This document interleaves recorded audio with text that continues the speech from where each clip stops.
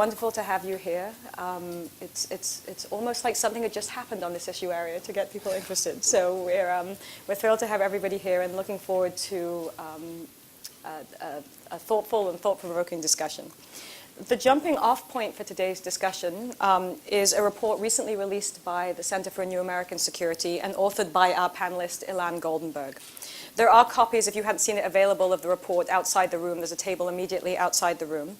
And its title, Lessons from the 2013-2014 Israeli Palestinian Final Status Negotiations, captures what will be the starting point and the basis for our discussion today. It's also important to keep in mind, of course, that when the context allows, and this context of diplomacy in the Israeli-Palestinian arena does, that lessons learned should be cumulative and ideally not repetitive.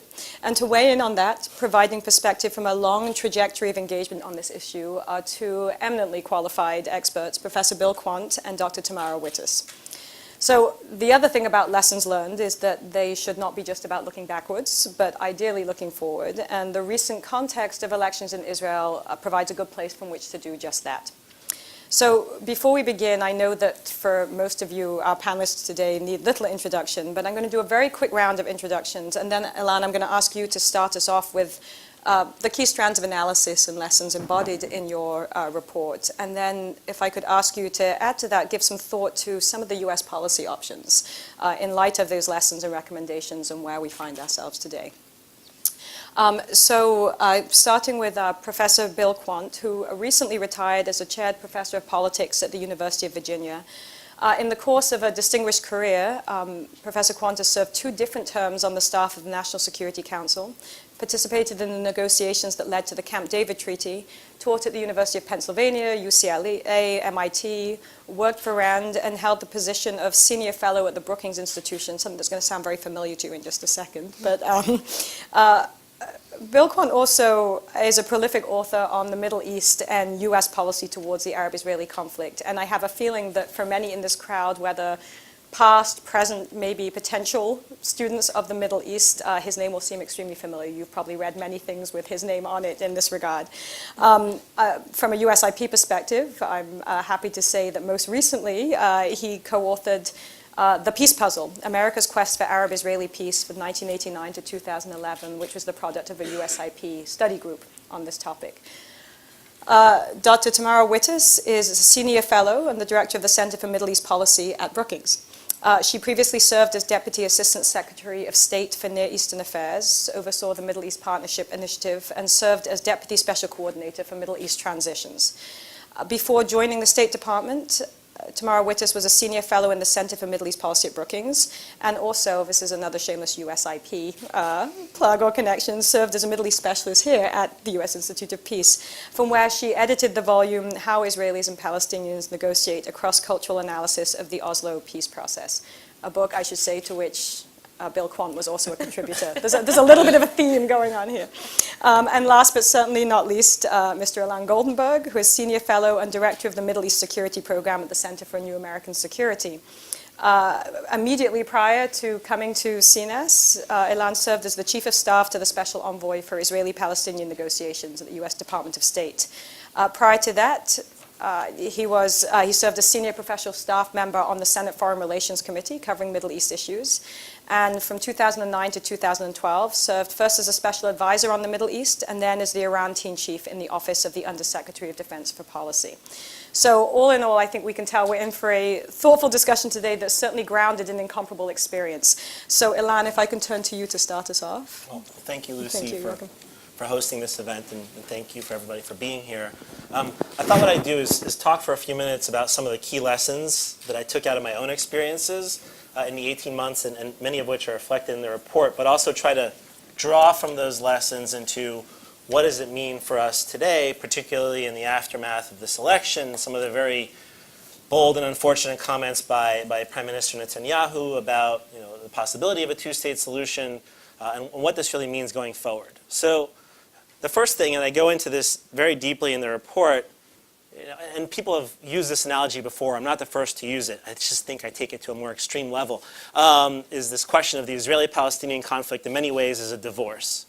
Really between two sides who know each other at this point incredibly well, but also just don't trust each other anymore at all. I think which is something that was different perhaps from the 90s, where when they first started negotiating, the negotiating dynamic itself has taken over to such an extent where I know what you're doing here, I know exactly what you're doing, I know how to press your button, I don't trust you, and I'm just expecting, everything is seen from the perspective of leverage in the negotiation. You saw that all the time. It's very much a zero-sum game.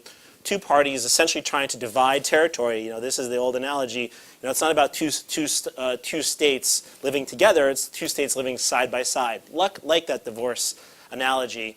And you saw it in a number of the different issues. You know, I would also say, as the American mediators, we were a bit like the lawyers. And you could probably think of, you know, the consul general who's responsible for dealing with the Palestinians, and the embassy in Tel Aviv were almost like these two, you know, the couple. The good friend couple of the divorcing couple, each talking to one side and then conflicting with each other as they came back to talk about what they had heard. But you know, you saw it in the issues, Jerusalem being in some ways like the child in the negotiation, any divorce negotiation, the most emotional issue, and one that there is no comfortable custody arrangement that actually works for both sides, so you're going to have to find a way to make it work.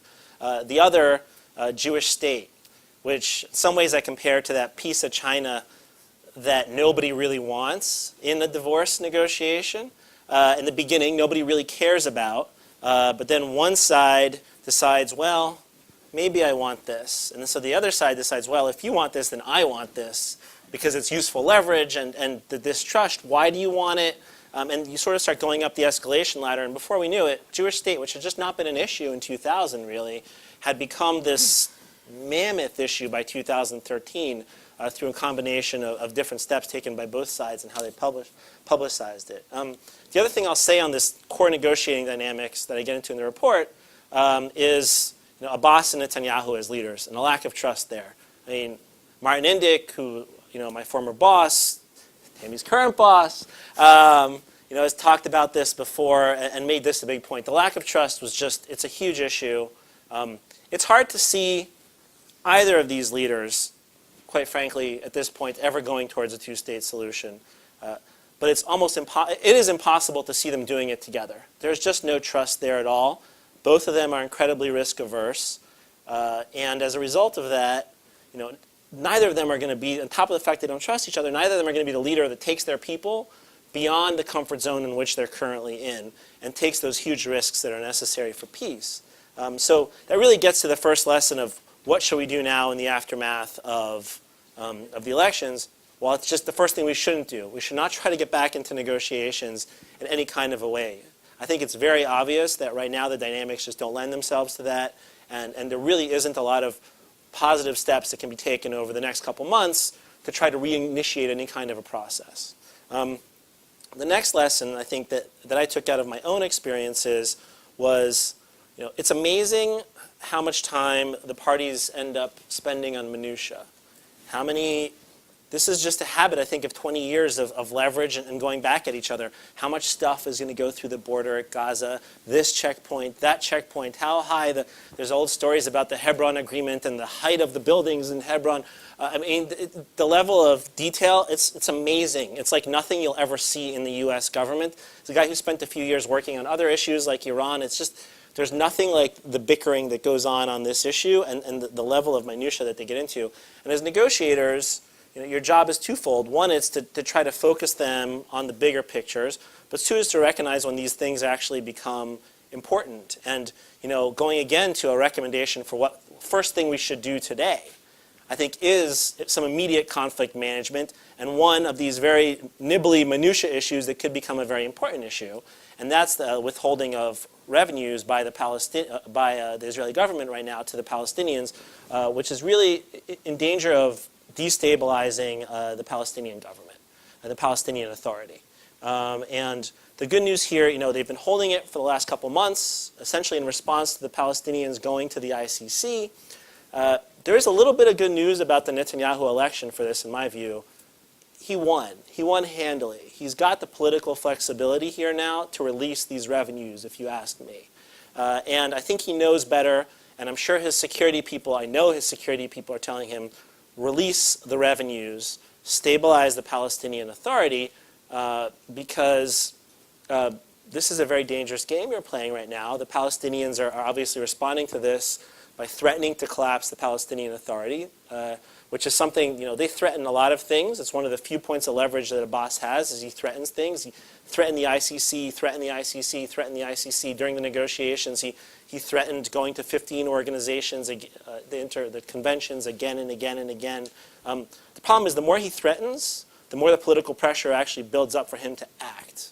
And I'm very worried that if we don't get some movement on the release of these funds relatively soon, the pressure is going to build on Abbas to the point where he actually takes a decision to dissolve the Palestinian Authority and have Israel come in and essentially restart the occupation. Something like that would, in Area A, and essentially start going back into Palestinian cities. I don't think it's a high likelihood scenario, but it's a very dangerous scenario, one that I think would be unacceptable to a lot of people. And so I think that if there's an immediate thing the United States should be doing on just conflict management right now, it's that. In terms of bigger lessons of where we go forward in the negotiations, two other things, at least, that I took out of my experiences. One is this challenge on parameters, which others have also spent a lot of time talking about. There's this very difficult, I call it the chicken-egg problem. On the one hand, you need parameters to negotiate a two-state solution, right? You need some of these very detailed agreements on the toughest issues. Without those agreements on, how are we going to divide territory, how are we going to divide Jerusalem, what are we going to do about security, you can never have very detailed, in-depth discussion amongst the experts to really work out the details. The challenge is, if you try to go for parameters, you're putting all the political costs up front.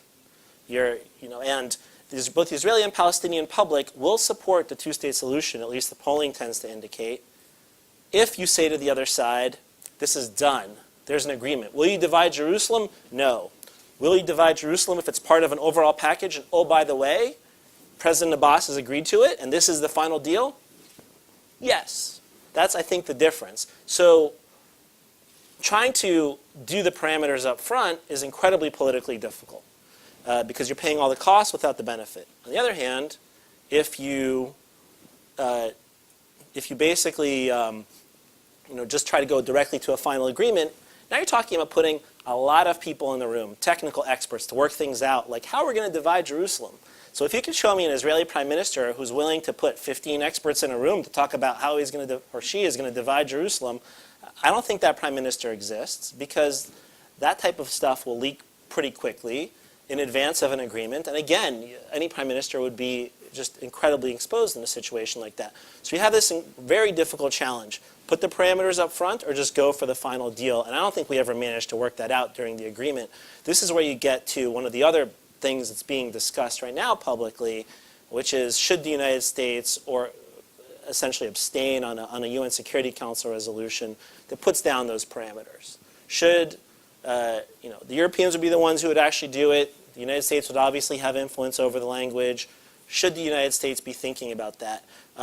It's a possibility. It would then let the societies think about it. They'll clearly reject it at first. Neither of these leaderships are going to go for it. But maybe it's the type of thing that starts socializing both sides. Or maybe it's just rejected and actually undermines the ideas altogether. So this is the challenge. I also don't know. I have no idea if the Obama administration is going to actually do this or not. I think it's a political heavy lift. They have other major issues on their plate, like Iran, which I think they'd like to handle first. And the president is a pretty pragmatic guy, and so is he really going to expend all the political capital on this when he's got a lot of other issues to deal with in the next year and a half? Final lesson, and then I'll hand it over to some of my colleagues. Settlements. Huge issue during the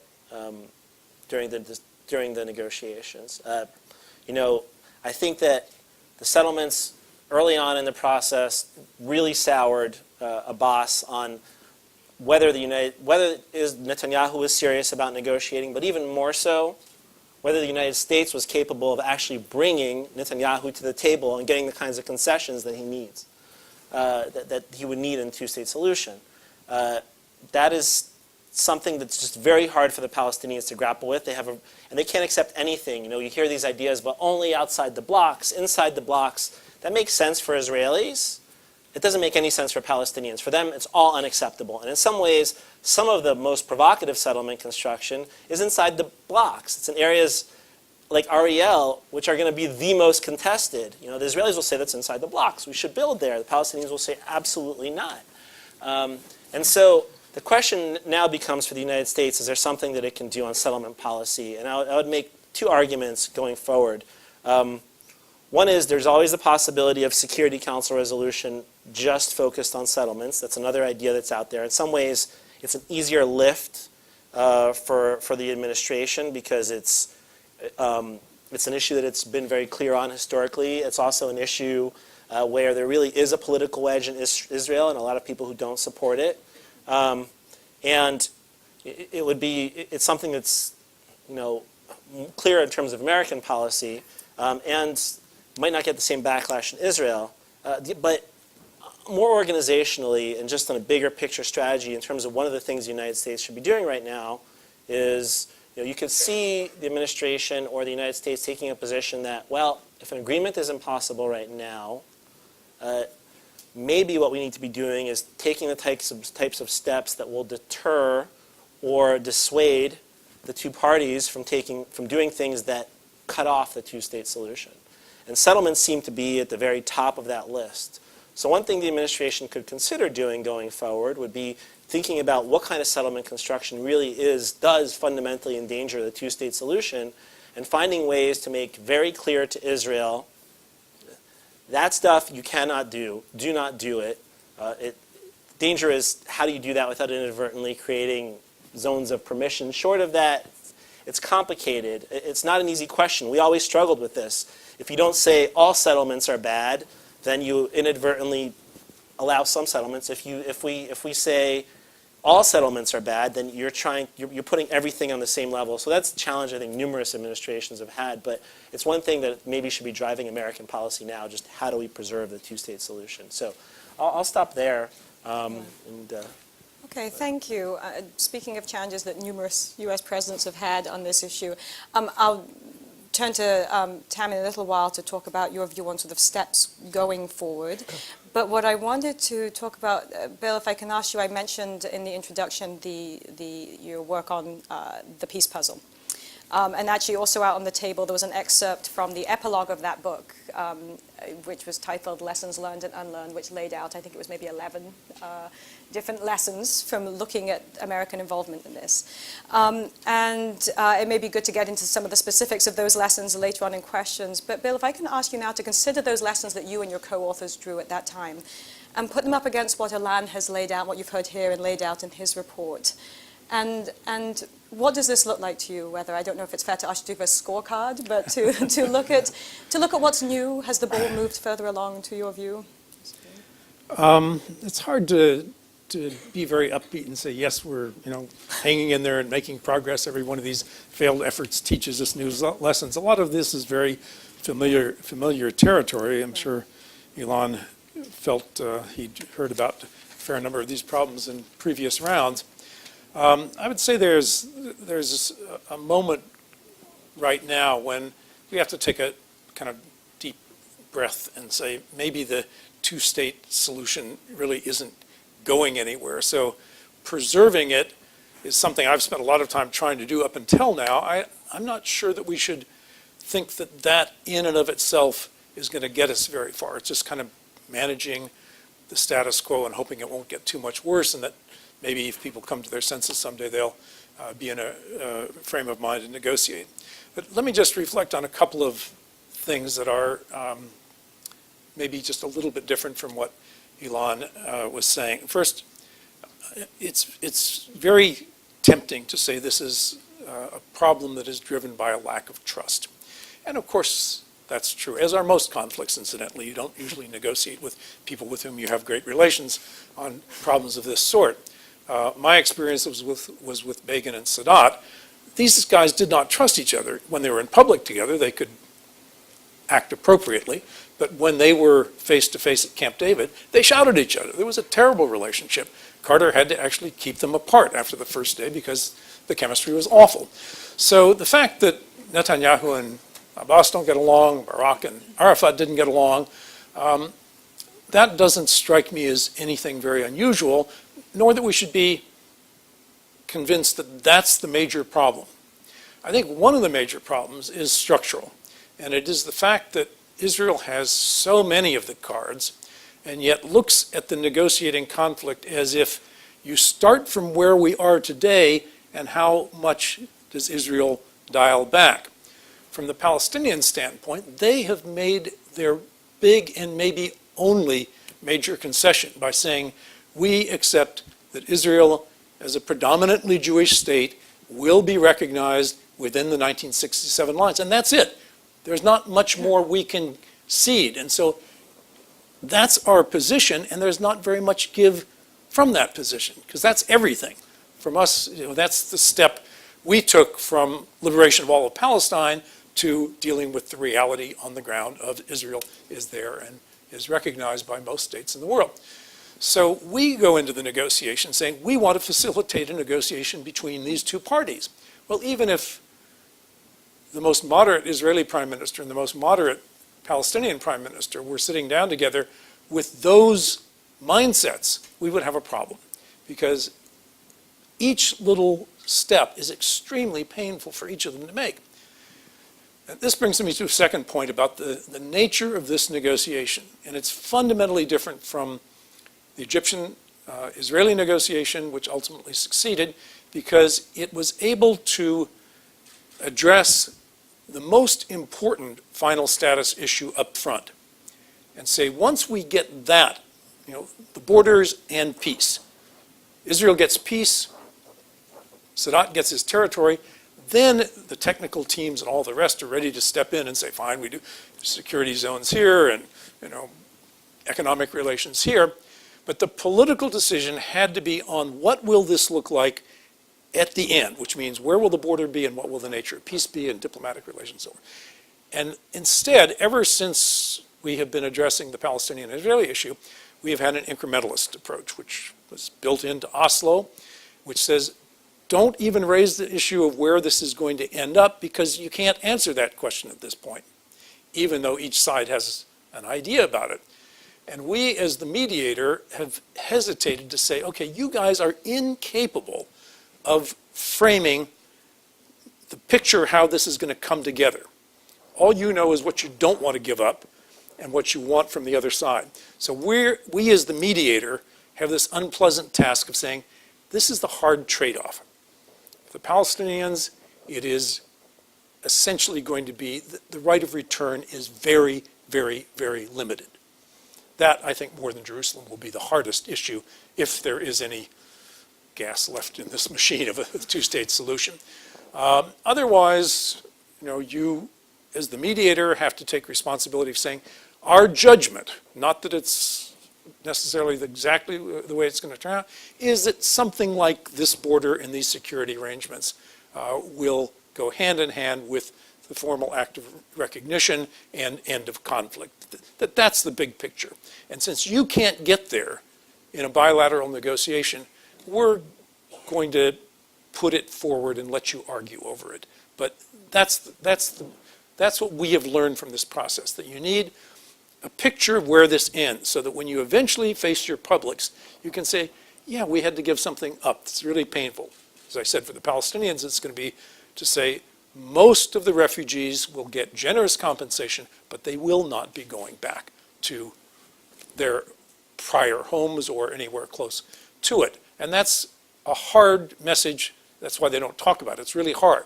But the only way you can say that is, but look what we get. We get a state with citizenship, capital in Jerusalem, and West Bank Gaza, which is what we have said for 20 years we will be satisfied with. And then you switch it to the Israeli side and you say, we got the end of the conflict, we will get recognition from every Arab state, the international community will get off our back over being an apartheid-like state, but we do have to give up the territory, including East Jerusalem. But we don't have to take a flood of refugees back. Unless you can present that package, each of the details just feels like exquisite torture. And I think that is conceptually something that if we're going to play the mediator role, we have to get it into our mind that we have to be the bad guy on this and put that out there sometime. And maybe it's still worth doing as a way of kind of memorializing what we've learned from all of this.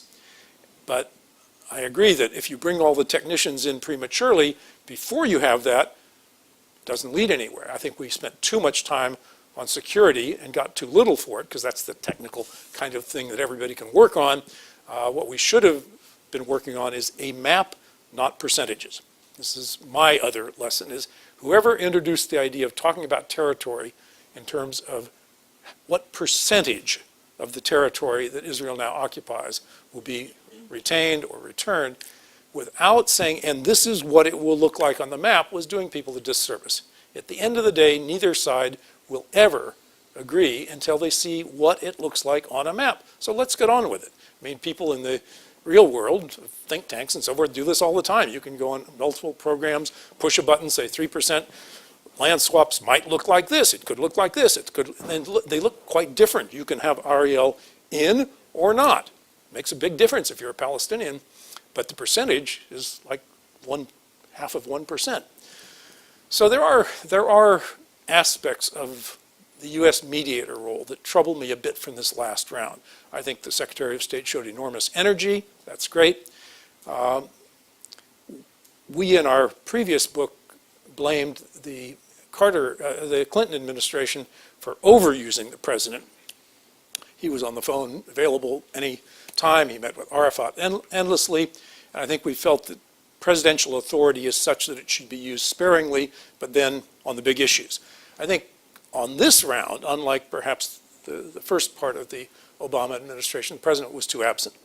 Now, I don't know the inside story. This is a very close to the chest Secretary of State, so we don't have an awful lot of ideas about what the crucial moments were and how they were played out. But I do think that there are moments when the president's authority has to be brought to the fore. And there's something about the detachment of Obama from this recent round, as if, I know it's not going to work, but the Secretary of State wants to try, good luck to him. That message gets across to people, and it sends the signal that this isn't really going to come to a make or break conclusion. I'm sure I had something else. Oh, what was it? I had something else to say, but I will get another round, right? Yes, I don't want to go on too long. No, this is a great start, and actually, you know, you raised at the outset the sort of the structural challenges. Can I say one more? Yes. It came to my mind. Okay. Elon says in his paper that the American team always understood the Israeli side better. We coordinated with them, we spent time with them.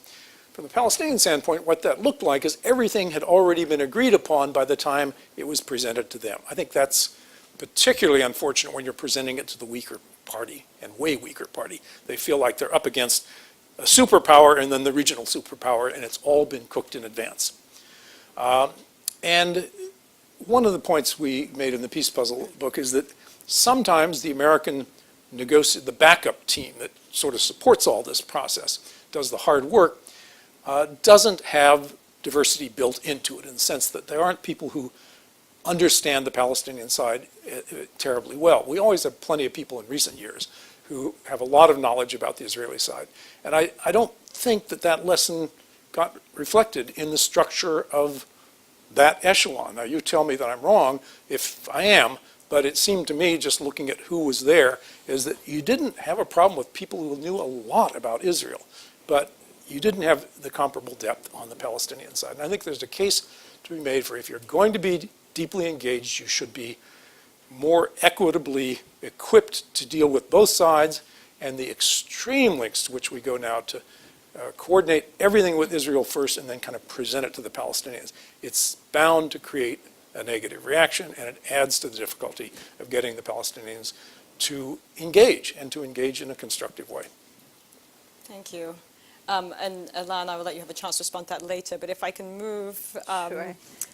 Tammy, to you, and we've raised these structural issues about the conflict, and in some ways started to get into structural issues of how we have run this process with the U.S. to date.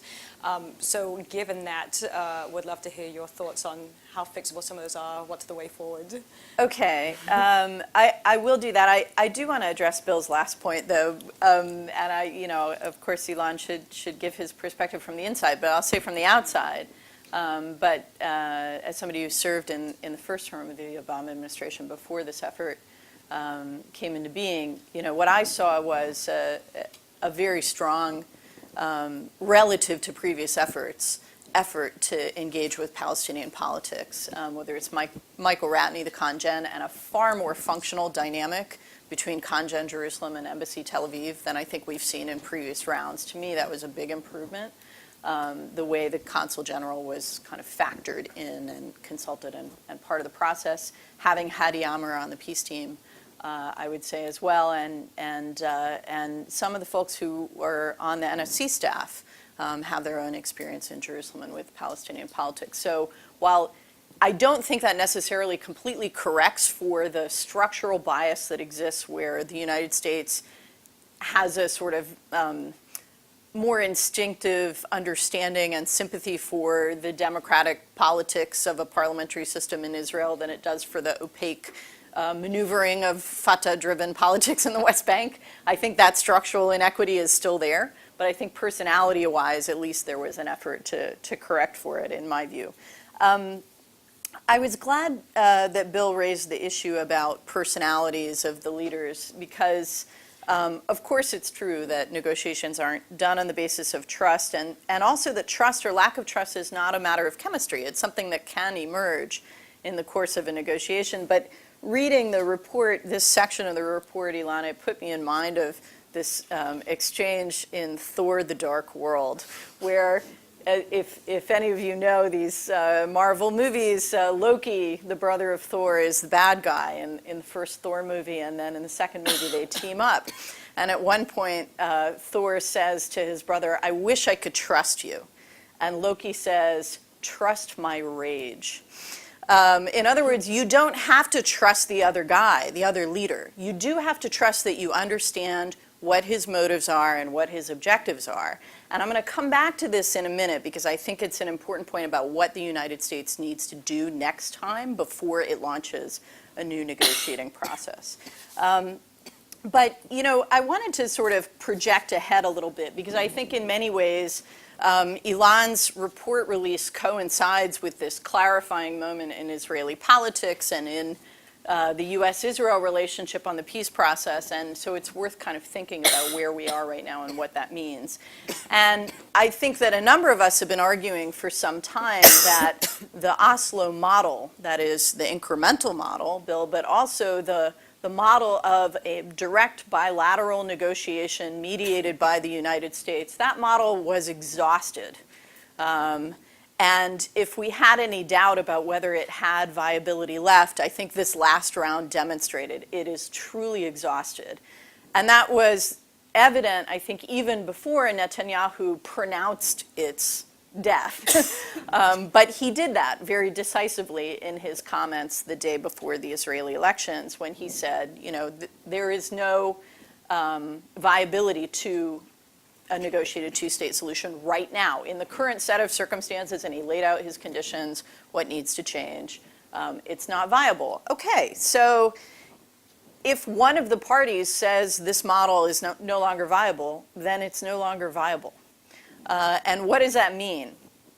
I think it's incumbent on Israel, the United States, and the Palestinians to sort of think in some particular directions. For the Israelis, I think, for the last 6 years, Netanyahu at least formally acquiesced to the goal of a two-state solution and to the mechanism of this bilateral negotiation. If he's now set that aside, and I think he has, what's the alternative that Israel is proposing to manage its relationship with the Palestinians? And, stasis is not an alternative. I think we've seen, and Elon laid this out very well in the report, the consequences of a vacuum are dangerous, and we've already seen that over the last year. So Israel's got to come up with something, particularly if it wants American support, if it wants to avoid some of the scenarios that Ilan mentioned that have been tossed around in terms of American unilateralism, if you will, then the Israelis need to have a policy proposal. And I would hope that they're working on that expeditiously. And I think that the United States also needs to think about what sort of non-negotiated mechanism, what sort of unilateral Israeli mechanism, if that's what they propose, the U.S. would see as constructive, as advancing or preserving a two-state solution, and what kinds of unilateralism it might see as unconstructive, retarding, or contradicting the possibility of a two-state solution. For the United States, too, though, there's been this premise that the U.S. is the essential mediator because it is the one that is close to Israel, that can bring Israel along. If you're on the Arab side of the Arab-Israeli conflict, you would characterize that as the U.S. is the one that can deliver Israel at the end of the day. And so it's never been about the U.S. being an even-handed mediator. It's been about the U.S.'s particular ability to leverage its relationship with Israel on behalf of the talks. That's the premise. And that's why I think even though the Palestinians are frustrated by that approach where the Americans often cook things with the Israelis in advance, they've been willing to acquiesce in it in the hopes that it would get them where they want to go. I think we have to ask, given where Netanyahu has put Israel, and given the state of the U.S.-Israeli relationship right now, which, again, I would argue is not just about personalities and personal trust. It is about policies. We have to ask whether that premise still holds. And if it doesn't hold today, but we still think it's important, how do we deal with that? The United States needs to think, too, about if the bilateral U.S.-mediated model is exhausted, what do you replace it with? Not just what's the European role or what's the regional role, but how do you create a new architecture that leverages what those parties have to bring to bear to the negotiation, to give the two at the core of the conflict more incentive to take risks and make a deal.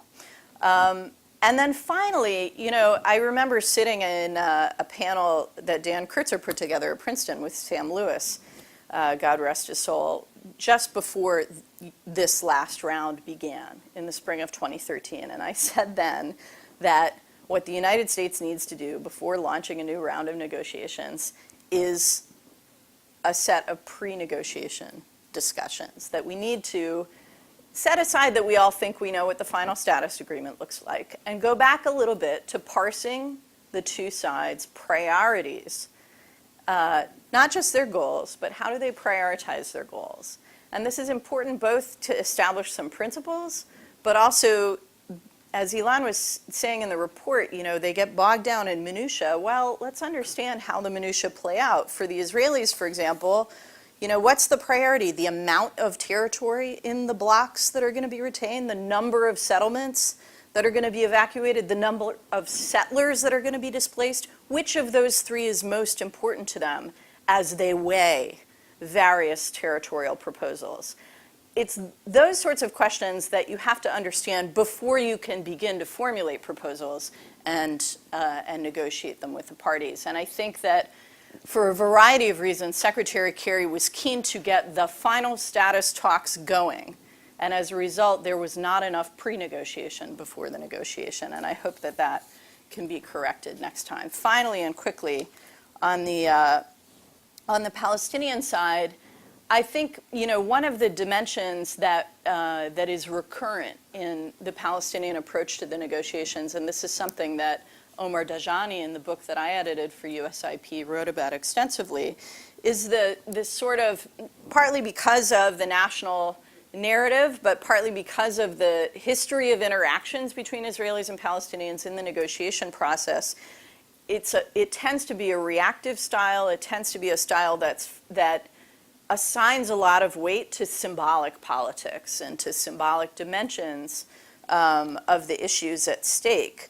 And that's understandable, and it's reinforced by Palestinian domestic politics in a lot of ways.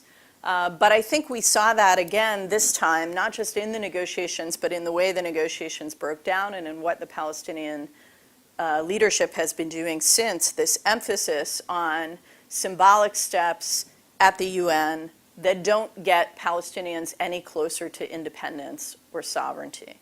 And understanding where that comes from is one step, but the Palestinian leadership, I think, needs to figure out how to manage its domestic politics in a way that lets it get beyond that reactive symbolic fixation that we've seen again and again in negotiations and move toward things that advance the ball on the ground for the Palestinian people. And that's going to be extremely difficult in this environment, not only because of the Israeli positions, but also because the Palestinian leadership is, we have to be realistic, preparing for its own leadership transition. And that tends to make this stuff harder, not easier to do. But I think if we're going to see more fruitful negotiations in the future, the requisites that I just laid out for Israel, for the US, and for the Palestinians will all need to be met somehow. Sorry, are you No, I'm all right? I'm fine. So I gather by catching the last part I caught that you hadn't actually come up yet with the how to get everybody back to the table at this moment while I was out in the room. Very ambitious Very checklist. ambitious. All right, well, thank you, everybody. Sorry about that. Full proof that this panel can handle itself and carry on talking anyway. I was just vamping until Yeah, you got back. there you go. Just blathering. I do want to open and give chance for a lot of questions for the audience, but I do have some questions if I'd like to start first to pick up on some of the points that were made, and also if you have sort of questions for each other on the points that were made. You know, one of the things that is interesting, I was looking back at a report that certainly I'm sure all of you are familiar with, and some of you, the audience are, that Tal Becker wrote in 2012, which was titled, "Is the Peace Process Dead?" Question mark. Oh, no, sorry, The End of the Peace Process. I overstated. The End of the Peace Process, question mark. Tal Becker, as many of you know, has been a senior negotiator for the Israeli team and was also during the round of Annapolis talks. And one of the things that he pointed out, there were two things that have always caught my eye in that report. One is his observation. He described at the outset of the report the peace process as a stage, a theatrical stage on which the differences between the parties were acted out rather than it being a framework for resolving those differences. And the second thing is he structures the report sort of challenging assumptions that he thinks sometimes get in the way of thoughtful analysis of the process. And one of those is we've been negotiating for 20 years. And he talks about how that's often used by the parties themselves and by outside observers as a way to raise the cynical point of, come on, this is going nowhere. Maybe this is just an intractable, an irresolvable conflict after all. And what he does, it's interesting because in making that point and pushing back, he underscores something that you seem to take pains to underscore in your report, which is at that time it was 2, now it's 3, that there had only been in that 20, now 22 plus year period, 2, now 3 rounds of actual formal final status negotiations. You know, bringing the parties together to ostensibly talk about and resolve these final status issues. So the question I'd like to pose to all of you, and after the comments you've made, is this a fair point? I mean, does this essentially suggest we do need to get a perspective on how far along we are, that this is actually not, there is still rope to be used here, that there is still work to be done, and I would see from your comments that it doesn't sound like we think collectively as a panel that much progress has been made between one round to the other. But is there something there to the fact that 20 years ultimately is not that long a time over which to see this playing out? Well, let me start. Yeah. Can I wanted to go back a couple of things, particularly Bill said, and just raise a couple of points. And then also I have a couple of views on this, Lucy. And one is, you know, in terms of the American team, I just want to associate myself very much with Tammy's comments, which I think were you know, pretty spot on. I couldn't have said any better myself, especially Mike Ratney, who played such an essential part and is such a dynamic and valuable person on our team. But there will always be an American understanding that just understands the Israelis better for the reasons Tammy outlined. Also for the fact that, you know, fundamentally we see, you know, the Israelis through a broader U.S.-Israel relationship, which we have with them on numerous different issues and interests, whereas we see the Palestinians oftentimes through the prism of the Israeli-Palestinian conflict and only through that prism. And that's not really going to change, unfortunately. I do think in some respects there's been some perverse incentives created where for so long the United States goes and checks things with the Israelis first. I think partially because we are there to deliver the Israelis at the end for the Palestinians. Partially it's habit, partially it's relationship. But at this point, the Palestinians expect that. And when you come to the Palestinians now, and you say to them, and we did this actually, at the very end, when the president put down and the secretary talked to Abbas when they were here, a year to the day before the Israeli elections in Washington, having a discussion on the framework, when in my view the framework, the final nail in the coffin of the framework, which in retrospect, when you go back and think about it, was a few months prior, we put something in front of the Palestinians that we specifically told them the Israelis aren't 100% on board with this. This is our American best guess. And one of the responses was, we'll go check with the Israelis, and then we'll let you know. I mean, so there is a bit of a game here on this, and the only just one other thing I want to add, in addition to refugees in Jerusalem, that has changed, and I think was very apparent to us in this round. Security is a very different issue now than it was 15 years ago. It's no longer just a technical issue in Israel. I think it has a lot to do with what happened in the aftermath of the withdrawal from southern Lebanon and the withdrawal from Gaza. It's become a psychological, huge issue right up there with Jerusalem and right up there with refugees in a way it wasn't, where there's concern that whatever we do, we withdraw, there will be a failed state, there will be terrorists attacking us. It's a really hard one to get beyond. Does that mean, Ilan, that the investment you guys made in putting together that big security team at the technical level was kind of sidestepping the real issue for Israelis on security? I don't know. I don't think so. I think we actually, what we were trying to do, and Kerry really believed this, that security was the number one issue to unlock the Israelis, and maybe it was Netanyahu's perspective of it, was trying to answer every single question that we possibly could and come up with a response to every answer. And I think we did do it in a way that was more comprehensive, in my view, beneficial. And one of the things some of us believed, and hopefully might happen at some point, is getting a lot of this, out there into the public domain and having a discussion about it. It's one of the things very much on my mind, especially now that I'm at an organization that focuses on these types of issues very heavily. Because I think that that's a debate that should be had. I think that what was put to the Israelis needs to be put to the Israeli public and be discussed and debated and evaluated by a lot of outside security experts as well. So I don't know if it was I don't think we were sidestepping it. We were trying to take it head on. We just maybe took it head on in the wrong way. Or in a way that clearly didn't work, whatever it was. And just on Lucy, on your question, and I think there is a change in the way things have evolved over the last 15 or 20 years. And I don't know it myself because I wasn't in those previous negotiations, but talking to some of the people on our team who were there in some of the previous rounds, whether it's Martin or Jonathan Schwartz or others, there used to be this, we're going to help each other in the 90s. We're going to do this together. I think this negotiation is different than any other one because it's much more lashed up into the political narratives and the domestic politics of both sides. Much more, I would say, than even Egypt, Israel. And they needed to be able to do things for each other. I'm going to publicly say this, and you're going to publicly say that, and that's going to help both sides. That's changed. Now it's very much zero-sum game. And I don't know if that was just this Israeli government with this Palestinian negotiator. So you're suggesting the relationship between the negotiators has changed over time? At least that's what I hear. I don't have personal proof of it, but from people who've been there in previous rounds, that was one of the things they described to me. That's interesting. Well, let's open to a round first of audience questions, and let's see, because we're now, it's 4:25. Let's open to a round of audience questions. There's a mic here. If you just raise your hand if you have questions, and somebody will bring a mic to you.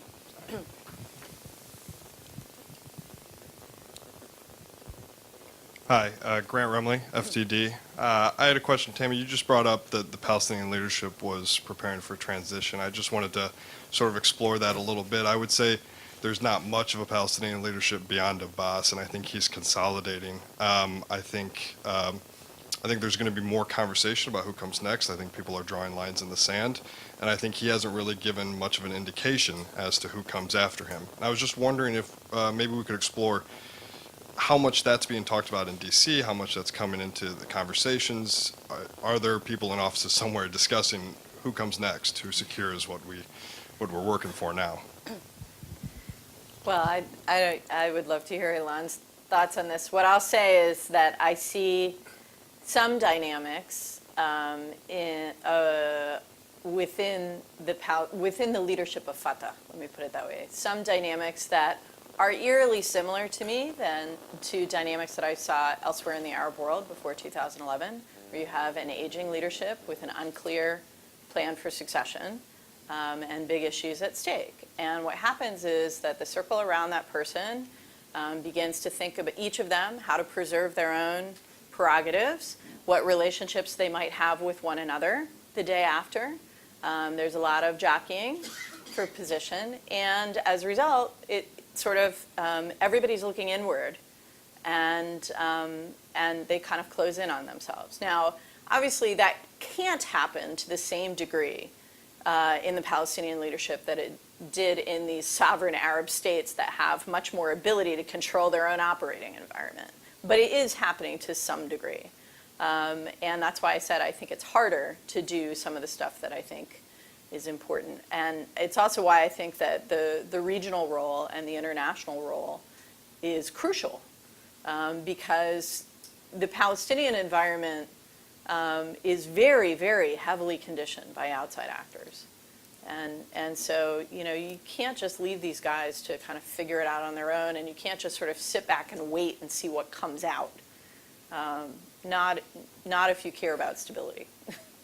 I think it's worth adding that certain Arab states are already placing their bets. Yes, that's true, and not always in a constructive way.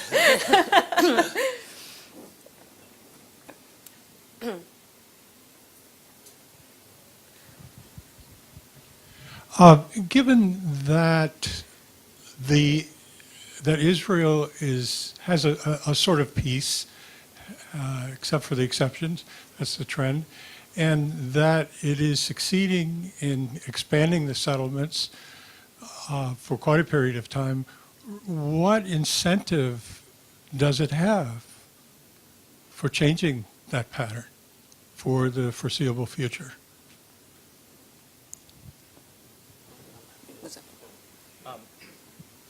Yeah, I mean, I can start.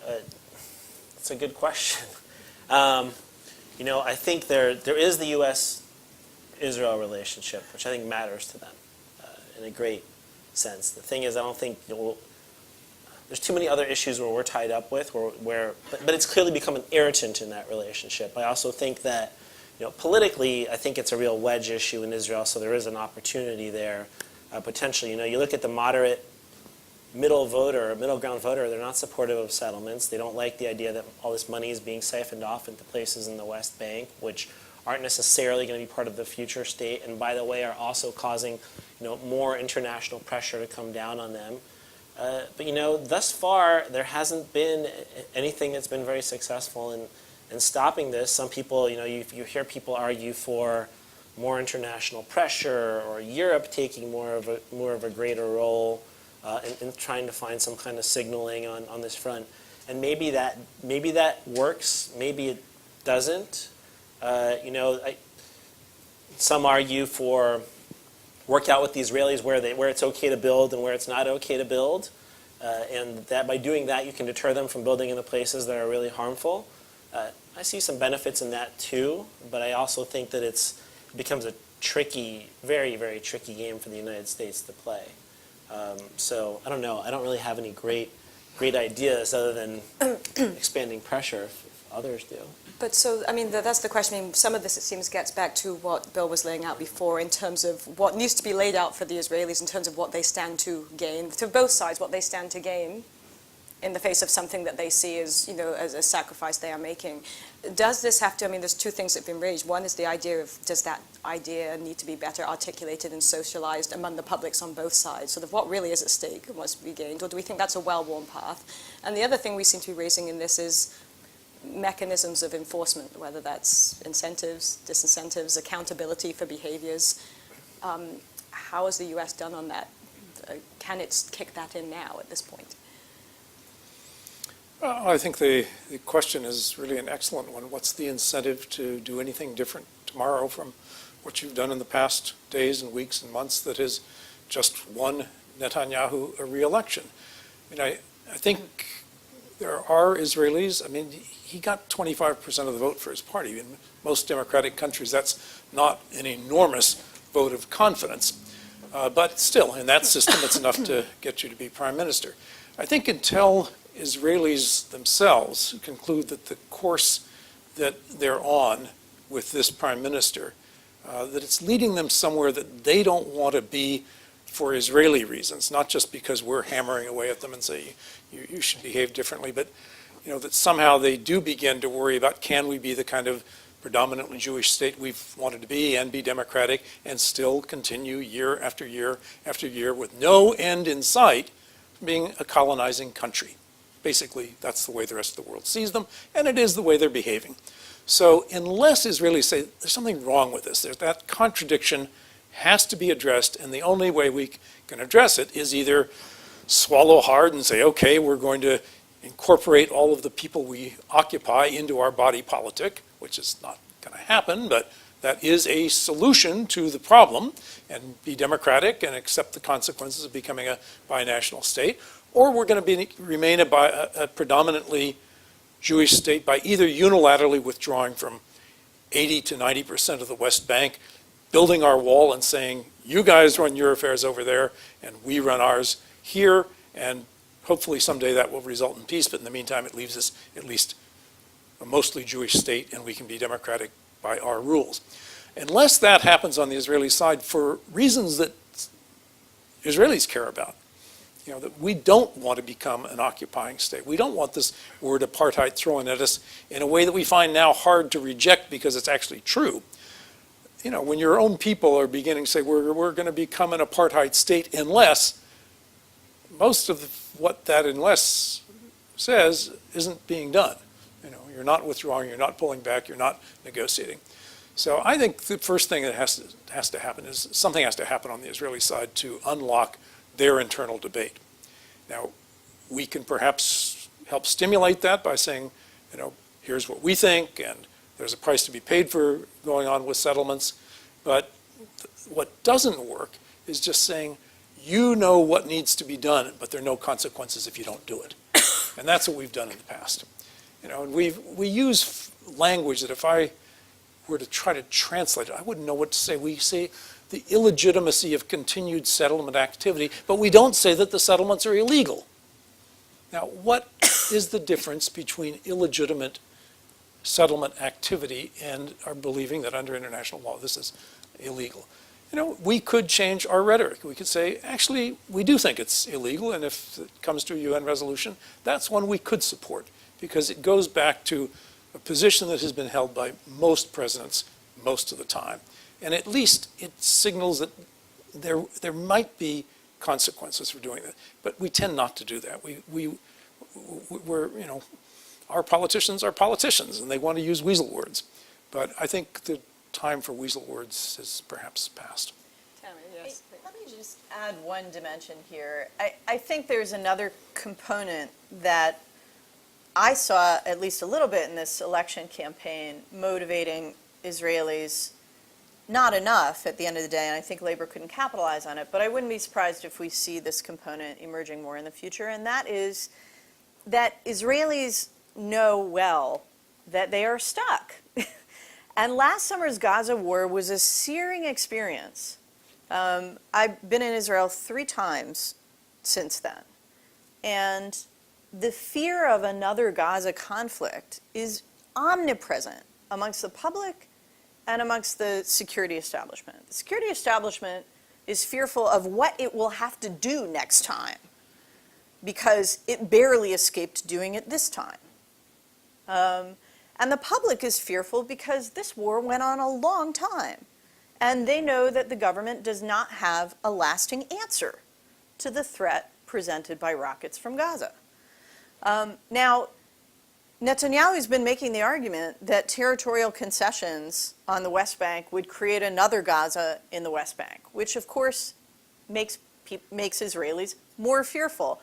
On the other hand, the very real, I don't think it's merely theoretical or low probability, the very real possibility of a PA collapse, which I would say would be a bottom-up process, not a top-down, I'm handing you back the keys, Mr. Netanyahu, but people whose salaries are not being paid rising up to pressure the PA. You know, it's already threatening a breakdown of security in the West Bank that the Israeli military does not have an easy answer for, that the Israeli public would be loath to face. And the fact is that in the absence of a mechanism for moving forward toward conflict resolution, Israel is already today responsible again de facto for Palestinians in Gaza. The Egyptians have shut the door and walked away.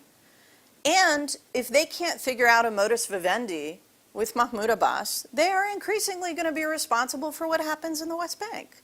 That, to me, is the incentive. Because the one thing that everyone except the Eretz Yisrael Shlema people agree on is that they don't want to be in the cities of the West Bank or in the cities of Gaza patrolling and policing Palestinian lives. Can I follow? Sorry.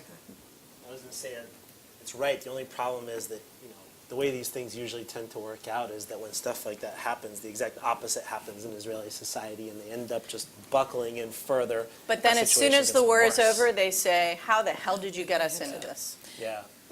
But if I can just follow up on that, and I think we have a few more questions, and you raised the Israeli security establishment and their concerns. There has been a very vocal part of this sort of security elite over the past few years coming out on this issue, saying very strongly that a two-state solution sooner rather than later is within this, is both doable from a preserving Israel's security perspective and desirable and should be pursued vigorously. You saw a lot of this, you know, Meir Dagan, sort of people that have held very high positions in the intelligence, the security establishment. Do you see that? Why isn't that resonating to you? Is there a reason that that security, which has always, you know, the sort of cliche that those, the sort of security elite in Israel have tended to hold sway, capture the imagination of the Israeli public for a long time. Where's that message not getting through to your mind? I think there are two components. One is that the opposition has not been able to demonstrate that there's an effective alternative answer. Okay, so if continued occupation and stasis is not an answer, what is an answer? And the best that Isaac Herzog could say in this campaign is, well, I don't know if Mahmoud Abbas is a partner, but I think we have to try. Not very compelling, okay? But the other part of this is what Ilan was saying earlier, that security is a psychological issue for Israelis and for Israeli politics. It's not just about what the former head of the Mossad says. Yeah, and there's definitely on this, I think, you know, this election actually in some ways in Israel reminded me a little bit on the security question of 2004 in the United States, where you had a strong portion of, you know, the security establishment saying, no, the invasion of Iraq was a mistake, we shouldn't have done this, but there wasn't really a strong message coming from, you know, the opposition. It was more, you know, most of the key Democrats voted for the war, then we're trying to make these very complicated, convoluted arguments. You know, so even if the folks like Meir Dagan are saying it, you know, the Israeli left needs a candidate who can articulate it and seize it and really take it on board. And I don't think that they necessarily had that. And you also have, you know, the classic political consultants. You heard it all the time in 2004. Just talk about the economy. Yeah. Just move away from security. If they ask you about Iraq, talk about healthcare. That doesn't work. You know, if they ask you about Iran, don't talk about housing prices. You have to talk about it in a way that's clear and distinguished. Thank you. Many more questions. Hi, Samira Daniels. I've been interested in this conflict for a long time. I want to pick up on something, Tamara, that Martin Endek started with about 10 years ago. And it was a kind of an seemingly offhand statement, but for me, it represented what I think is a big part of the security elite's incentive to try to, expedite or accelerate this process, that what you characterize as incrementalism. And that is that and correct me if I'm wrong, that Martin seemed to indicate that Israel was looking for basically the subsidizing of the entire project, because it's not willing to do that, financially itself. And I wondered whether that is a calculation that you think, has sort of been under the radar. That it's looking for the U.S. to subsidize the security expense, if you will, of Yes, making of peace? of the two-state solution, Um, to a greater extent, including coalition partners and so on. Well, that's an interesting question. I can't speak to what Martin said 10 years ago, because I wouldn't remember, but let me try and address the general question. And, Ilan, I don't know to what extent you guys gamed this stuff out, but in earlier phases of final status negotiations, of course, there was a lot of discussion about how much peace would cost. Compensation for refugees who were not going to return, for example. The cost of resettling settlers. Ehud Sprinzak did a big study on, the financial incentives that might induce settlers to move from the West Bank back into within the Green Line. And so I think that, there's been a lot of homework done on various components of this. Who foots the bill? Israel is a wealthier country now than it was during the Clinton years. But it's also a much more unequal country than it was during the Clinton years. And part of what we saw in this election campaign was concern about rising poverty and rising inequality. And so I think that there's still a real role, and also on the Palestinian side, of course, for significant international investment in peace. But I don't know that money is the obstacle at this point. Did you guys talk about this? We talked about it, but I agree.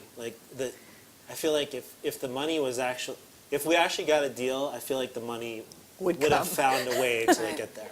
I mean, we knew it was huge, but I think that wasn't the fundamental question. We have Steve Riskin. We have some more in the back up. Ilan, excuse me. In your opening remarks, you meant, if I heard you correctly, that you said that the timing for getting the sides back to the table is not ripe, and we shouldn't be pushing for negotiations right now. In your paper, you talk about the precious little time remains in which to address the core underlying challenges. For the last 20 years or so, when Israeli and Palestinian policy analysts and some officials come to town and they have used the term the window's closing, time is running out on the two-state solution, I'm a gadfly and I always raise my hand and I say, not that I'm opposed, or not that I was opposed to it, for it long ago, before it was kosher, halal, whatever. But what are you looking at, I ask them, when you're saying time is running out, the window is closing? And not for just academic reasons, but what practically are you looking at? So when you say there's precious little time to address the core underlying challenges, what are you looking at? And Bill, we haven't talked for a while, but it seems like your thinking is evolving vis-a-vis the viability. The needle might be moving on the viability of the two-state solution. So if you could share a little of your thinking as to why that you seem to be evolving on that topic. Maybe I'm wrong, and I don't want to put words in your mouth. Thank you. Well, holding me to what I actually wrote. You're holding me to what I wrote, which is totally unfair. No, look, I mean, I think there's more time. The people who go around saying it's running out, it's about to, I'm not sure I buy that, because until you see a real alternative. People have been saying time is running out, time is running out, time is running out for a long time. There are things that are concerning, though. One is especially Palestinian public opinion and the next generation of Palestinians who increasingly just don't believe in the two-state solution and are more inclined towards the one-state solution. And so I think that is a real time marker. I think there's also specific steps that if the Israelis were to take them in terms of specific settlement construction, E1 is the best example. Givat Matos, I think, is another significant one. There are some steps that could be taken by the Israelis in terms of settlement building that would really make it very difficult to still implement the Clinton parameters. What is Jewish is Jewish, what is Arab. And so there are some specific sensitive things that you can look at. And increasingly, this dynamic of 20 years of negotiating, one of the things I talk about in my report is how perpetual negotiation is just undermining trust. Look at the Iran negotiations going on right now, another very complex negotiation. You can do confidence building because you haven't spent 20 years doing confidence building. This incrementalism, all the traditional stuff that you do when you're trying to improve confidence and build trust and do negotiations, all those things fundamentally now cause distrust on the Palestinian side.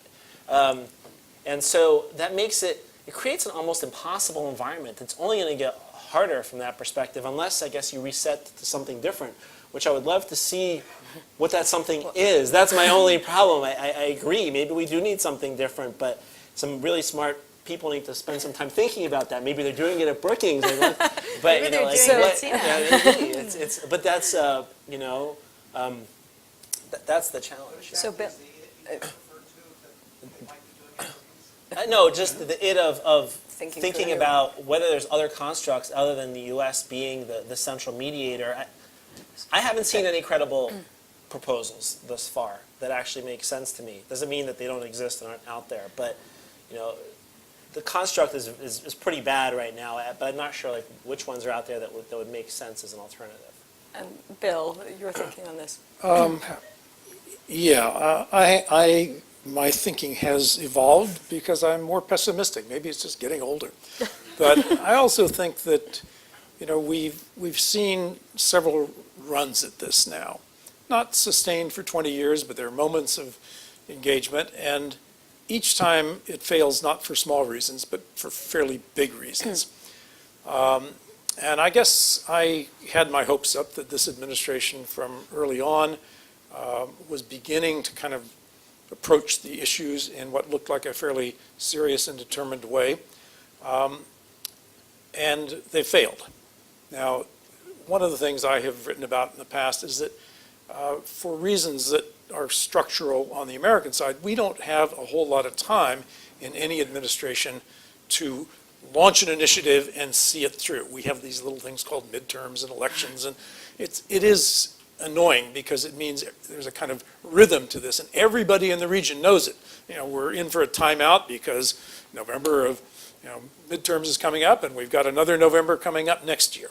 Now, Obama doesn't need to worry about it, but every other politician in this country is going to be thinking about it, and certainly everybody who wants to become the next president. And one thing they don't want to do is to be taking positions on who should be controlling East Jerusalem and who should be doing this. It either ought to be done and kind of presented and debated beforehand, or wait until the election's over.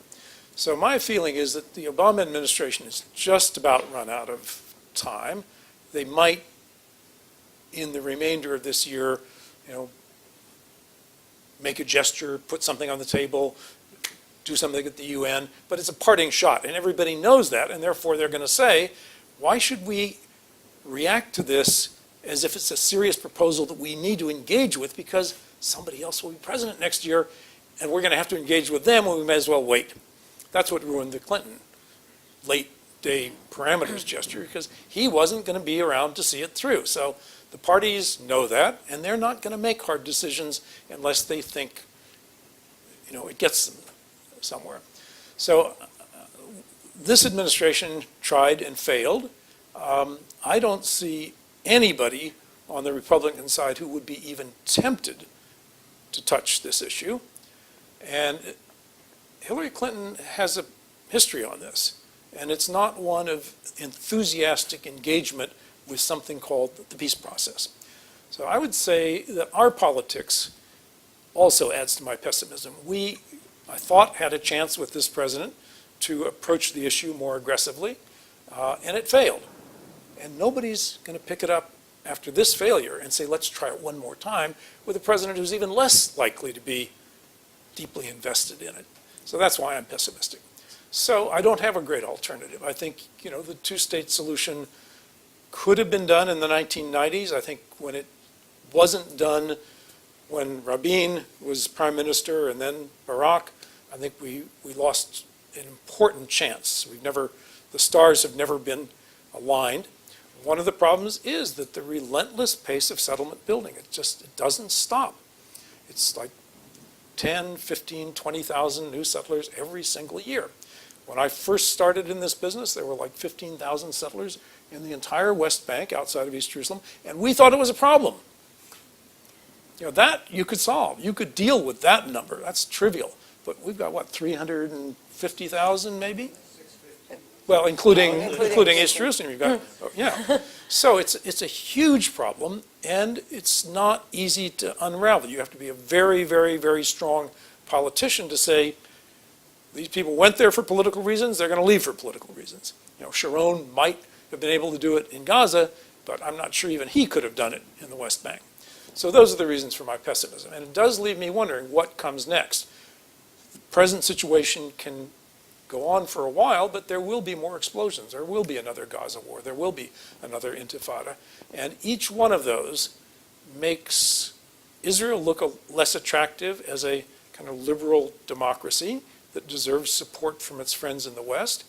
I'm not Jewish, and I don't see this immediately, but in my own extended family, those members who are Jewish are much less infatuated with Israel than their parents were. And I saw it among my students. If I were an Israeli, I would think, how much support is going to come from our natural constituency, who are not the evangelicals, who ought to be American Jews, as they look at Israel and say, that's not the Israel I grew up admiring. I would worry about that because I think it's happening in this country. And you can get all the evangelical support you want, but it's all for reasons that, quite frankly, if you examine it, is not very reassuring in terms of believing in a Jewish state of the kind that most Zionists want. So is there a different third-party option that would change this equation that you see, Tammy, or some other way around this? Because it does also seem to me that, yes, while this idea of the two-state solution is eroding, and I think somebody said that the support is rising for the one-state solution, there are some, interestingly, on all sides of the spectrum who are strong ideological supporters of a one-state solution and have various motivations behind that. But what I've also seen is that support for the one-state solution is very rarely articulated by others as, and here's a game plan of how that would play out and why that makes sense either. It's more just well, the two-state's not happening, so that's what we're moving towards.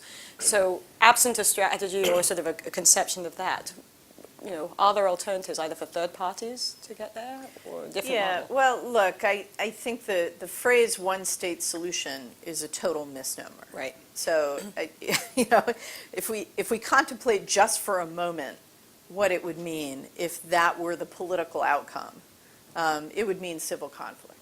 And that's not a solution for anybody. Right. So let's take that as a starting point. Now, alternative architectures for a negotiating process, which is what Elon was, asking me for, and he's asking a good question. Look, I think that the U.S.-Israel relationship probably will continue to be a core component of a successful architecture. It's hard for me to see the Israelis, for all that Naftali Bennett and Avigdor Lieberman talk about growing ties with China and India, I just don't see anyone replacing the United States in the role as security guarantor in the region or for the Israelis. And so that dyad is going to be important. Now, look at where we are right now. There's going to be some repair work to be done at the policy level, no matter who the next president is, and no matter who the next Israeli prime minister is, before that dyad can be an effective component of any architecture. But as I said, I think that an effective architecture needs to bring in a much more formal and sustained manner regional actors and others in the international community. We've seen, for example, I've seen Avigdor Lieberman, the foreign minister for the last number of years, shift his views about the importance to Israel of these battles over delegitimation because he has come to understand the importance of Israel's economic ties to Europe, That's not something he embraced as a politician before he was foreign minister. So I think that we need to look at all of the more complicated web of Israel's international relationships. We need to look at what's going on between Palestinian society and the rest of the region, and God forbid that Gaza and the West Bank become yet another arena for proxy conflict between Arab states who are fighting out their internecine battles. Okay? I already see troubling indicators, and I think that one of the things the United States could do by bringing the region in a more formal way is get them lined up in one direction on Palestinian politics and prevent a situation that really exacerbates things on the ground. So, you know, what exactly is the architecture that brings those two components in? I don't quite know. It probably has some components that look more like the multilateral component of the Madrid process, but at the core of it, you still have this Israeli-Palestinian American triangle.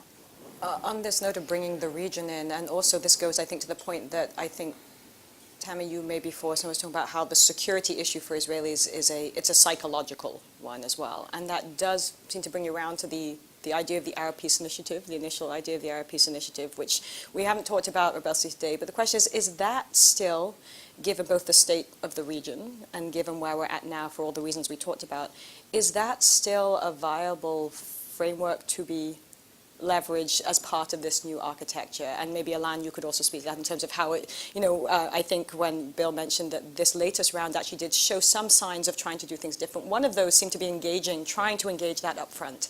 So if I could have all of you, or if you would choose to speak to that component. Okay, a couple of things on that. Look, I think the Israelis clearly want more of a relationship with the Arab states. There are overlapping areas of interest, whether it be their perceptions of Iran or threats from the Muslim Brotherhood that they all perceive in the same way. But I think there's some real challenges to this, too. One is, you know, first of all, none of the Arab states trust Netanyahu at all in terms of publicly working with him in any kind of a way. So I think their willingness to do this, other than just under the table with this Israeli government, highly unlikely. Their willingness to actually engage with Israel on other issues if there's no progress on the Palestinian front, publicly, highly unlikely, maybe under the table. And you know, sadly, I actually think we did a lot more to bring the Arabs in this round than previous rounds, and I think the outcome was pretty disappointing. We brought them in.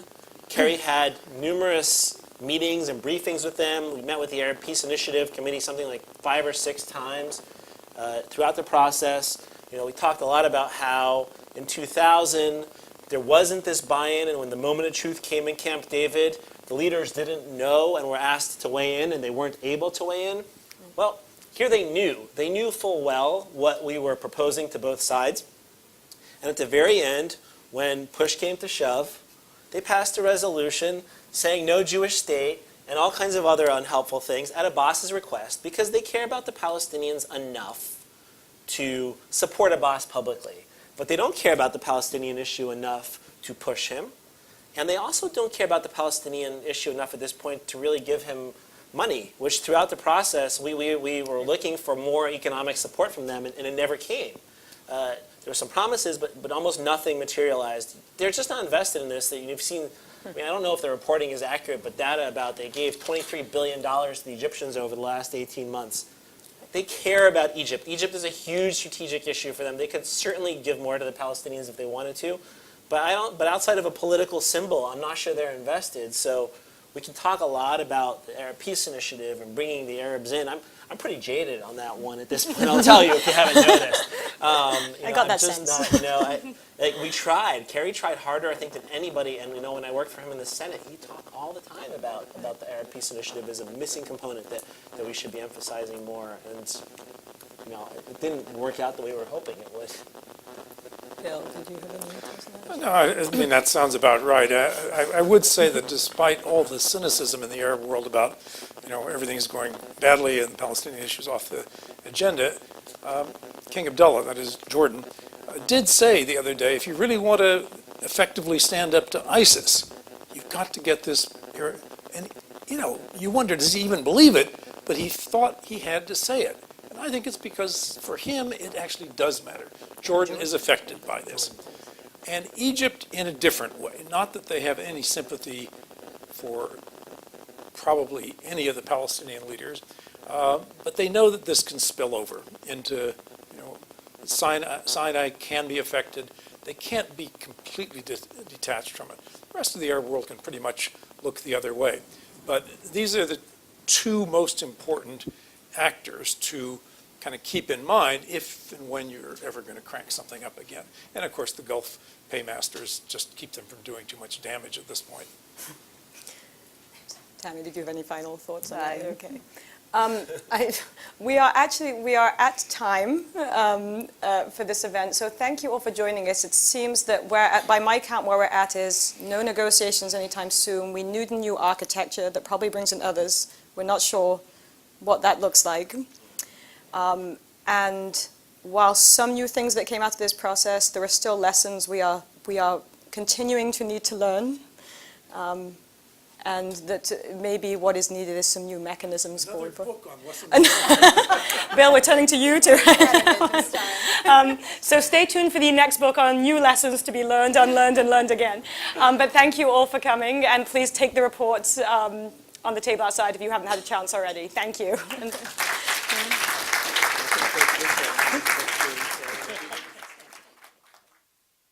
Kind of a way.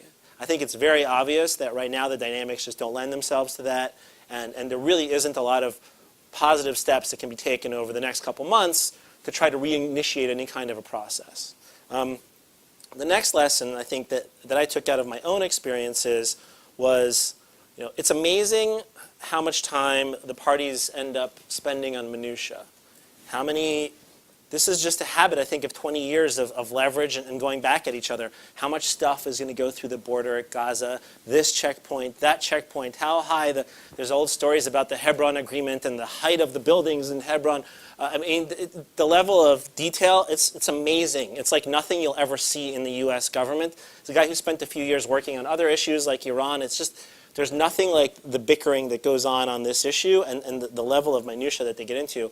And as negotiators, your job is twofold. One is to try to focus them on the bigger pictures, but two is to recognize when these things actually become important. And going again to a recommendation for what first thing we should do today, I think is some immediate conflict management and one of these very nibbly minutia issues that could become a very important issue, and that's the withholding of revenues by the Israeli government right now to the Palestinians, which is really in danger of destabilizing the Palestinian government, the Palestinian Authority. And the good news here, they've been holding it for the last couple months, essentially in response to the Palestinians going to the ICC. There is a little bit of good news about the Netanyahu election for this, in my view. He won. He won handily. He's got the political flexibility here now to release these revenues, if you ask me. And I think he knows better, and I'm sure his security people, I know his security people are telling him, release the revenues, stabilize the Palestinian Authority, because this is a very dangerous game you're playing right now. The Palestinians are obviously responding to this by threatening to collapse the Palestinian Authority, which is something, they threaten a lot of things. It's one of the few points of leverage that a boss has, is he threatens things. He threatened the ICC, threatened the ICC, threatened the ICC. During the negotiations, he threatened going to 15 organizations, the conventions again and again and again. The problem is the more he threatens, the more the political pressure actually builds up for him to act. And I'm very worried that if we don't get some movement on the release of these funds relatively soon, the pressure is going to build on Abbas to the point where he actually takes a decision to dissolve the Palestinian Authority and have Israel come in and essentially restart the occupation. I don't trust you, and I'm just expecting, everything is seen from the perspective of leverage in the negotiation. You saw that all the time. It's very much a zero-sum game. Two parties essentially trying to divide territory. This is the old analogy. It's not about two states living together. It's two states living side by side, like that divorce analogy. And you saw it in a number of the different issues. I would also say, as the American mediators, we were a bit like the lawyers. And you could probably think of, the consul general who's responsible for dealing with the Palestinians and the embassy in Tel Aviv were almost like these two the couple, the good friend couple of the divorcing couple, each talking to one side and then conflicting with each other as they came back to talk about what they had heard. But you saw it in the issues, Jerusalem being in some ways like the child in the negotiation, any divorce negotiation, the most emotional issue, and one that there is no comfortable custody arrangement that actually works for both sides, so you're going to have to find a way to make it work. The other, Jewish state, which in some ways I compare to that piece of China that nobody really wants in a divorce negotiation. In the beginning, nobody really cares about, but then one side decides, well, maybe I want this. And so the other side decides, well, if you want this, then I want this, because it's useful leverage and the distrust. Why do you want it? And you sort of start going up the escalation ladder. And before we knew it, Jewish state, which had just not been an issue in 2000 really, had become this mammoth issue by 2013 through a combination of different steps taken by both sides and how they publicized it. The other thing I'll say on this core negotiating dynamics that I get into in the report is Abbas and Netanyahu as leaders, and a lack of trust there. I mean, Martin Indyk, who, my former boss, Tammy's current boss, has talked about this before and made this a big point. The lack of trust was just, it's a huge issue. It's hard to see either of these leaders, quite frankly, at this point, ever going towards a two-state solution. But it's almost it is impossible to see them doing it together. There's just no trust there at all. Both of them are incredibly risk-averse, and as a result of that, neither of them are going to be, on top of the fact they don't trust each other, neither of them are going to be the leader that takes their people beyond the comfort zone in which they're currently in and takes those huge risks that are necessary for peace. So that really gets to the first lesson of what should we do now in the aftermath of the elections.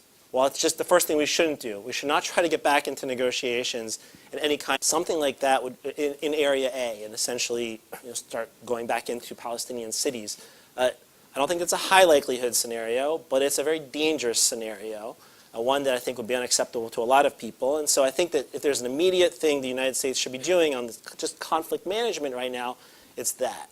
In terms of bigger lessons of where we go forward in the negotiations, two other things, at least, that I took out of my experiences. One is this challenge on parameters, which others have also spent a lot of time talking about. There's this very difficult, I call it the chicken-egg problem. On the one hand, you need parameters to negotiate a two-state solution, right? You need some of these very detailed agreements on the toughest issues. Without those agreements on, how are we going to divide territory, how are we going to divide Jerusalem, what are we going to do about security, you can never have very detailed, in-depth discussion amongst the experts to really work out the details. The challenge is, if you try to go for parameters, you're putting all the political costs up front. And both the Israeli and Palestinian public will support the two-state solution, at least the polling tends to indicate, if you say to the other side, this is done. There's an agreement. Will you divide Jerusalem? No.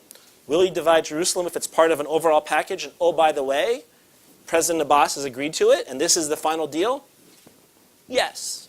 That's, I think, the difference. So trying to do the parameters up front is incredibly politically difficult because you're paying all the costs without the benefit. On the other hand, if you basically just try to go directly to a final agreement, now you're talking about putting a lot of people in the room, technical experts, to work things out, like how we're going to divide Jerusalem.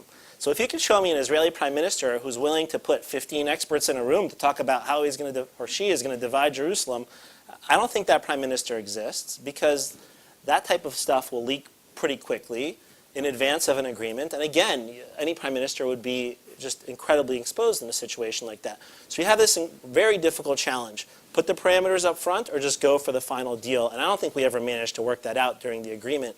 This is where you get to one of the other things that's being discussed right now publicly, which is, should the United States or essentially abstain on a UN Security Council resolution that puts down those parameters? Should the Europeans would be the ones who would actually do it. The United States would obviously have influence over the language. should the United States be thinking about that? It's a possibility. It would then let the societies think. Puzzle, America's Quest for Arab-Israeli Peace from 1989 to 2011, which was the product of a USIP study group on this topic. Dr. Tamara Wittis is a senior fellow and the director of the Center for Middle East Policy at Brookings. She previously served as Deputy Assistant Secretary of State for Near Eastern Affairs, oversaw the Middle East Partnership Initiative, and served as Deputy Special Coordinator for Middle East Transitions. Before joining the State Department, Tamara Wittis was a senior fellow in the Center for Middle East Policy at Brookings, and also, this is another shameless USIP plug or connection, served as a Middle East specialist here at the U.S. Institute of Peace, from where she edited the volume, How Israelis and Palestinians Negotiate, a Cross-Cultural Analysis of the Oslo Peace Process, a book, I should say, to which Bill Quandt was also a contributor. There's a little bit of a theme going on here. And last but certainly not least, Mr. Ilan Goldenberg, who is Senior Fellow and Director of the Middle East Security Program at the Center for New American Security. Immediately prior to coming to CNES, Ilan served as the Chief of Staff to the Special Envoy for Israeli-Palestinian negotiations at the U.S. Department of State. Prior to that, he served as Senior Professional Staff Member on the Senate Foreign Relations Committee covering Middle East issues. And from 2009 to 2012, served first as a Special Advisor on the Middle East and then as the Iran Team Chief in the Office of the Undersecretary of Defense for Policy. So all in all, I think we can tell we're in for a thoughtful discussion today that's certainly grounded in incomparable experience. So Ilan, if I can turn to you to start us off. Well, thank you, Lucy, Thank you. for hosting this event, and thank you for everybody for being here. I thought what I'd do is talk for a few minutes about some of the key lessons that I took out of my own experiences in the 18 months, and many of which are reflected in the report, but also try to draw from those lessons into what does it mean for us today, particularly in the aftermath of this election, some of the very bold and unfortunate comments by Prime Minister Netanyahu about the possibility of a two-state solution, and what this really means going forward. So the first thing, and I go into this very deeply in the report, and people have used this analogy before, I'm not the first to use it, I just think I take it to a more extreme level, is this question of the Israeli-Palestinian conflict in many ways is a divorce. Really between two sides who know each other at this point incredibly well, but also just don't trust each other anymore at all. I think which is something that was different perhaps from the 90s, where when they first started negotiating, the negotiating dynamic itself has taken over to such an extent where I know what you're doing here, I know exactly what you're doing, I know how to press your button.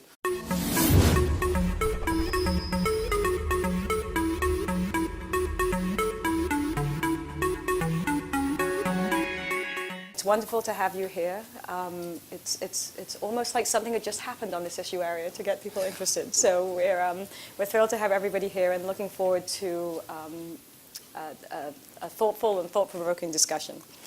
The jumping off point for today's discussion is a report recently released by the Center for New American Security and authored by our panelist, Ilan Goldenberg. There are copies, if you hadn't seen it, available of the report outside the room. There's a table immediately outside the room. And its title, Lessons from the 2013-2014 Israeli-Palestinian Final Status Negotiations, captures what will be the starting point and the basis for our discussion today.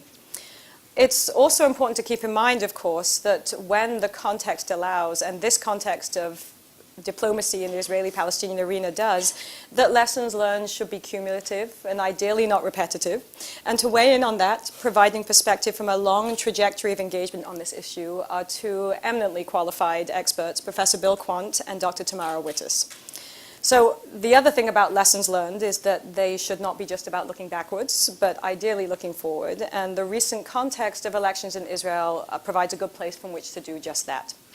So before we begin, I know that for most of you, our panelists today need little introduction, but I'm going to do a very quick round of introductions. And then, Ilan, I'm going to ask you to start us off with the key strands of analysis and lessons embodied in your report. And then if I could ask you to add to that, give some thought to some of the US policy options in light of those lessons and recommendations and where we find ourselves today. Starting with Professor Bill Quandt, who recently retired as a chaired professor of politics at the University of Virginia. In the course of a distinguished career, Professor Quandt has served 2 different terms on the staff of the National Security Council, participated in the negotiations that led to the Camp David Treaty, taught at the University of Pennsylvania, UCLA, MIT, worked for RAND, and held the position of senior fellow at the Brookings Institution, something that's going to sound very familiar to you in just a second. But Bill Quandt also is a prolific author on the Middle East and U.S. policy towards the Arab-Israeli conflict. And I have a feeling that for many in this crowd, whether past, present, maybe potential students of the Middle East, his name will seem extremely familiar. You've probably read many things with his name on it in this regard. From a USIP perspective, I'm happy to say that most recently he co-authored the peace